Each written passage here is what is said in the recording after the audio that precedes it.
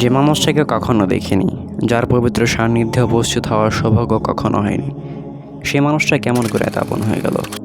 যারা বোঝে না 21 শতাব্দীতে বসবাস করা শত কোটি অন্তর মধ্যযুগের আরব সমাজের একজন ব্যক্তির প্রতি এত টান অনুভব করে কি করে, তাদের কেমন করে বোঝাই ইয়া রাসূলুল্লাহ, আপনাকে কেন এত ভালোবাসি সাল্লাল্লাহু আলাইহি ওয়াসাল্লাম।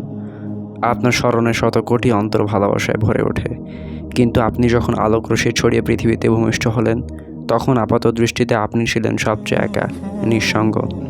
কিন্তু আপনার রব আপনার জন্য প্রস্তুত করে রেখেছিলেন এমন এক বিস্ময়কর অভিযান, যার দীপ্ত প্রভা স্থানকালের বাধা পেরিয়ে গেছে সর্বত্র। জন্মের আগে বাবা আবদুল্লাহ ফিরে গেলেন আল্লাহর কাছে। বয়স 6 হতে না হতেই হারালেন মা আমিনাকে। জাতি, ধর্ম, বর্ণ, গোত্র নির্বিশেষে প্রত্যেকটি মানুষের সাথে আপনার ব্যবহার ছিল অত্যন্ত শ্রদ্ধাশীল। আপনি কারোর সাথে কথা বললে শুধু মাথাটাই তার দিকে ঘুরিয়ে কথা বলতেন না, বরং পুরো শরীরটা তার দিকে ঘুরিয়ে তাকে সম্মান দেখিয়ে কথা বলতেন। আপনার ঠাট্টার বিশেষত্ব ছিল আপনি মজা করেও কখনো মিথ্যা কথা বলতেন না। খুব আপন মানুষের ঘামের ঘ্রাণে এক অন্যরকম মিষ্টত্ব থাকে।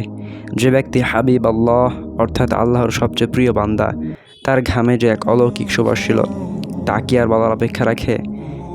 তায়েববাসীরা যখন আপনাকে পাথর মেরে এমনভাবে রক্তাক্ত করেছিল যে আপনার স্যান্ডেলটি পায়ের সাথে আঠার মতো লেগেছিল, কিন্তু আপনি তাদের প্রতি কোনো অভিশাপ না দিয়ে বলেছিলেন, আল্লাহ, তুমি যদি আমার প্রতি রাগ না করে থাকো তাহলে এসবের কোনো কিছুকে আমি পরোয়া করি না।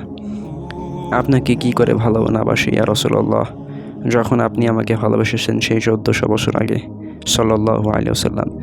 যখন আপনি আমাকে মিস করতেন, হাবিব আল্লাহ, রাসূলুল্লাহ, ইয়া মুস্তাফা। আমরা তো আপনার উম্মত হওয়ার যোগ্য নই, কিন্তু আপনার রব তো নিষ্ঠুর নন। তিনি তো সবচেয়ে বেশি অনুগ্রহ প্রদর্শন করতে সক্ষম।